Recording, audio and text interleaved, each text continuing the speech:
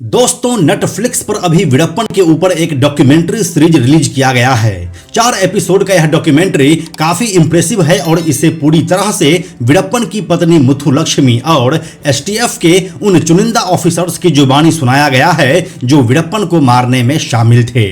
इस पूरे डॉक्यूमेंट्री में कुछ उन हिस्सों को भी हाईलाइट किया गया है जिसे शायद आज तक कोई नहीं जानता था। वीरप्पन कितना खूंखार था यह किसी को बताने की आवश्यकता नहीं है। वीरप्पन को मारने के लिए जो ऑपरेशन चलाया गया था उसे ऑपरेशन कोकून के नाम से जाना गया। वीरप्पन जंगल का वो राजा था जिसे खत्म करने में कर्नाटक और तमिलनाडु सरकार को 15 साल लग गए। इस दौरान करीब 100 पुलिस वालों की जान गई और 220 करोड़ से ज्यादा रुपये का खर्चा आया।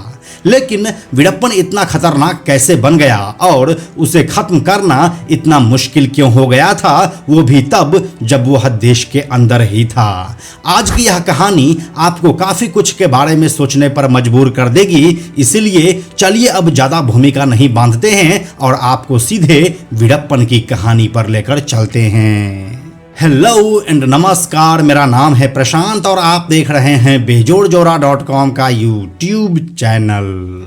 देखिए, यहाँ पर हम एक बात बिल्कुल साफ कर देते हैं कि हम किसी भी तरह के अपराध को जस्टिफाई नहीं कर रहे हैं, लेकिन कई अपराधी ऐसे होते हैं जो सिस्टम से जूझते हुए अपराध करने पर मजबूर हो जाता है और फिर वही अपराधी आगे चलकर प्रशासन और सरकार के लिए सरदर्द बन जाता है।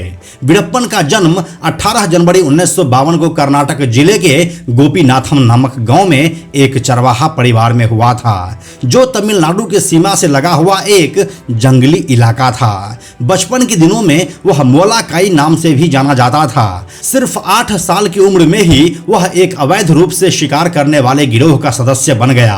अगले कुछ सालों में उसने अपने एक प्रतिद्वंदी गिरोह का खात्मा किया और संपूर्ण जंगल का कारोबार अब उसके हाथों में आ गया। उसने चंदन की लकड़ी और हाथी दांत से काफी पैसा कमाया और अब यही उसका पेशा बन चुका था। वीरप्पन का पूरा नाम कुज मुनिस्वामी वीरप्पन था। वीरप्पन काफी समय तक चंदन की लकड़ी और हाथी दांत का स्मगलिंग करता रहा, लेकिन उसे रोकने टोकने वाला कोई नहीं था। फिर जब यह बात धीरे धीरे पुलिस के कानों तक गई तो पुलिस ने जंगल के रास्तों में अपना पहरा लगा दिया। ऐसे ही एक दिन जब वीरप्पन चंदन की लकड़ियों का स्मगलिंग कर रहा था तो उस लकड़ी से भरे ट्रक को पुलिस ने जब्त कर लिया। उस दिन पुलिस 65 टन चंदन की लकड़ी को बरामद किया था। यह अब तक के इतिहास का सबसे बड़ा रिकवरी था। वीरप्पन के लिए इतने बड़े कंसाइनमेंट का पकड़ा जाना एक हताश करने वाली खबर थी, जिसके बाद वीरप्पन ने फॉरेस्ट ऑफिसर्स को सबक सिखाने की ठान लिया।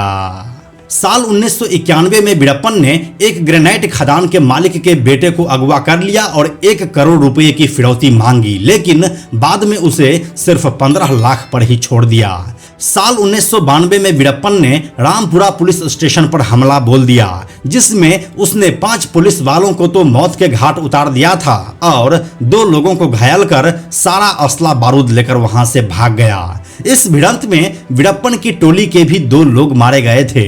इसी तरह उसने साल 1992 में मैसूर के जिला एसपी हरिकृष्णा शकील अहमद सहित कुल 4 कांस्टेबल को भी मार गिराया था।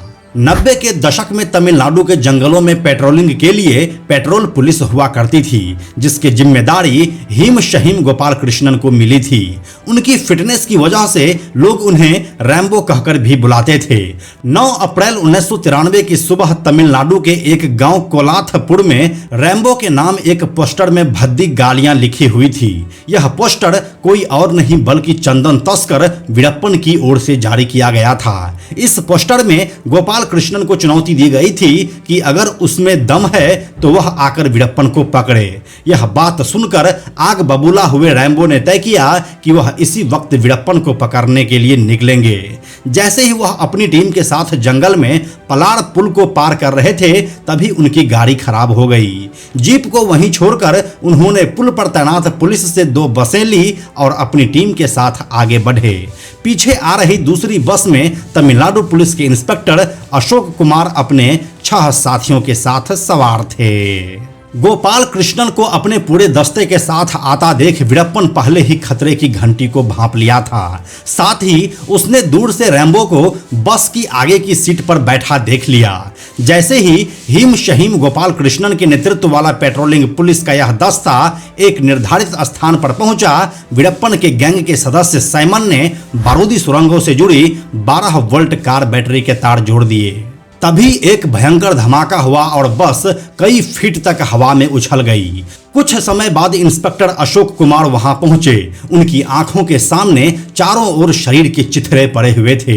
इस भयावह दृश्य के बीच उन्होंने 21 शव बरामद किए। इस घटना के बाद कुख्यात डाकू वीरप्पन का नाम देश के हर एक कोने में चर्चा में आ चुका था। वीरप्पन की दरिंदगी का आलम यह था कि उसने एक बार भारतीय वन सेवा के एक अधिकारी पी श्रीनिवास को मारने के लिए अपने छोटे भाई अर्जुनन की हेल्प ली। पी श्रीनिवास लगातार अर्जुनन के संपर्क में थे। अर्जुनन ने श्रीनिवास से बताया था कि वीरप्पन सरेंडर करना चाहता है, लेकिन असल में यह श्रीनिवास को मारने के लिए वीरप्पन द्वारा बिछाया गया एक जाल था। श्रीनिवास अपने कुछ साथियों के साथ नाम दिल्ली की तरफ वीरप्पन का सरेंडर लेने के लिए रवाना हुए, लेकिन इस दौरान श्रीनिवास ने महसूस ही नहीं किया कि उनके पीछे से एक एक करके उनके सभी साथी गायब हो चुके हैं। तभी आगे लंबी लंबी मूंछों वाला एक शख्स हाथ में राइफल लिए झाड़ियों से निकलकर आ रहा था और जोर जोर से हंस रहा था। श्रीनिवास उसे देखते ही समझ गए कि वह कोई और नहीं बल्कि वीरप्पन ही है। साथ ही उन्हें खतरे का भी आभास हो गया था, लेकिन जब तक वे कुछ और समझ पाते, वीरप्पन ने उन पर ताबड़तोड़ फायरिंग शुरू कर दी।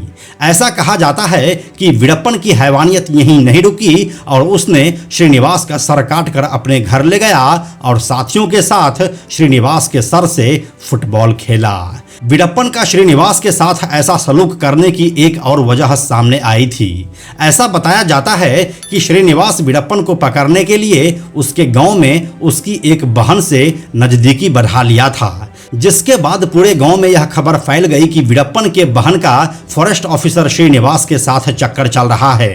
कानों कान यह खबर वीरप्पन तक पहुंच गई, जिसके बाद उसका खून खौल गया और वह श्रीनिवास को अब सबक सिखाना चाहता था। श्रीनिवास वही अधिकारी थे जो पहली बार वीरप्पन के इतने करीब पहुंचे थे।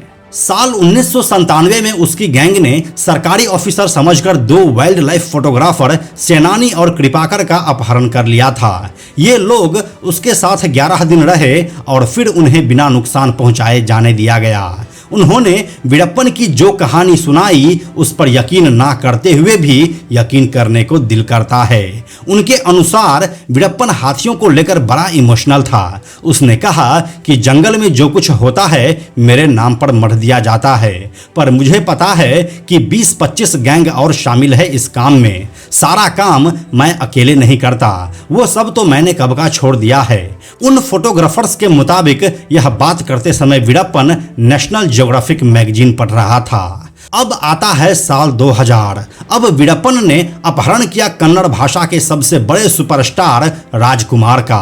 वीरप्पन का गांव कर्नाटक में आता है। राजकुमार तमिलनाडु में जन्मे थे। कर्नाटक और तमिलनाडु में कावेरी नदी को लेकर झगड़ा है, तो राजकुमार को इसीलिए किडनैप किया गया था कि पानी के मुद्दे पर बात की जा सके। ये वही कावेरी विवाद है जो अभी तक थमने का नाम नहीं ले रहा है। तो सोचिए इसकी जड़ें कितनी गहरी होगी। और तो और अब कावेरी विवाद आ जाने के बाद आप लोग यह तो समझ ही गए होंगे कि वीरप्पन जयललिता और करुणानिधि के झगड़े की पैदाइश था। लेकिन पर्दे के सामने हमेशा रहा चंदन के लकड़ी और हाथी दांत की स्मगलिंग और साथ में वीरप्पन का खूनी खेल।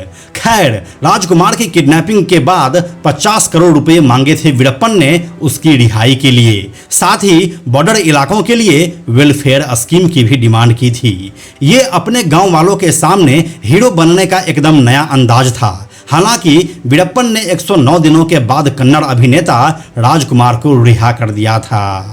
अब आता है साल 2004 और तारीख होती है 18 अक्टूबर की। इस दिन वीरप्पन अपने आंख का इलाज करवाने के लिए निकला था। जंगल से जब वह बाहर निकला तो पपीड़ा पट्टी गांव में उन्होंने एक एम्बुलेंस ली, लेकिन वह गाड़ी थी पुलिस की जिसे इंस्पेक्टर विजय कुमार का एक ऑफिसर चला रहा था। जो वीरप्पन के लोगों से दोस्ती पहले ही कर चुका था। पुलिस के लोग रास्ते में छिपे हुए थे। एक जगह गाड़ी रोककर ड्राइवर भाग निकला और उसके बाद फायरिंग होने लगी। ड्राइवर के जिंदा बच निकलने का कोई चांस नहीं था, लेकिन किस्मत अच्छी निकली और वह भाग निकलने में कामयाब रहे। इसी दौरान वीरप्पन अपने 4 साथियों के साथ मारा गया। कहते हैं कि उसे जिंदा पकड़ने की कोशिश ही नहीं की गई, क्योंकि वह आराम से छूट जाता। लेकिन पुलिस रिपोर्ट कहती है कि हमने वार्निंग दी थी, पर उसने गोली चलानी शुरू कर दी और फिर हमें जवाबी कार्रवाई करनी पड़ी। वीरप्पन के मौत के बाद उसके गांव को कर्नाटक सरकार ने इको टूरिज्म के लिए रिजर्व कर दिया। वीरप्पन का अंतिम संस्कार तमिलनाडु के मुलाकडू गांव में किया गया, जहां उसके परिवार के कुछ सदस्य और रिश्तेदार रहते थे। पुलिस ने पहले हिंदू रीति रिवाज के अनुसार दाह संस्कार करने की योजना की थी, लेकिन रिश्तेदारों के दबाव में वीरप्पन को दफनाया गया। तो यही थी वीरप्पन और उसके आखिरी पलों की कुछ कहानी। वीरप्पन के बारे में आप क्या सोचते हैं, यह हमें कमेंट में लिखकर बताइए। हमें आपके कमेंट्स का इंतजार रहता है। हम जल्दी मिलते हैं आपसे एक नए कहानी के साथ। अंत में एक और ज़रूरी बात, हमने बेजोड़ जोड़ा का एक टेलीग्राम चैनल भी बनाया है, जहां आपको हमारे सारे वीडियोस के लिंक सबसे पहले मिल जाएंगे। इसलिए आप लोग टेलीग्राम पर भी हमसे जुड़ें। टेलीग्राम पर हमसे जुड़ने के लिए सिंपली आप टेलीग्राम ऐप के सर्च में जाकर बेजोड़ जोड़ा लिखिए और चैनल पर जाकर ज्वाइन बटन क्लिक कर दीजिए। आप हमसे जुड़ जाएंगे। यह वीडियो अगर आपको पसंद आया तो इसे लाइक और शेयर जरूर करें। आने वाले वीडियोज़ के लिए बेजोड़ जोड़ा को सब्सक्राइब करके बेल आइकन को टच करना ना भूलें। Thank you so much.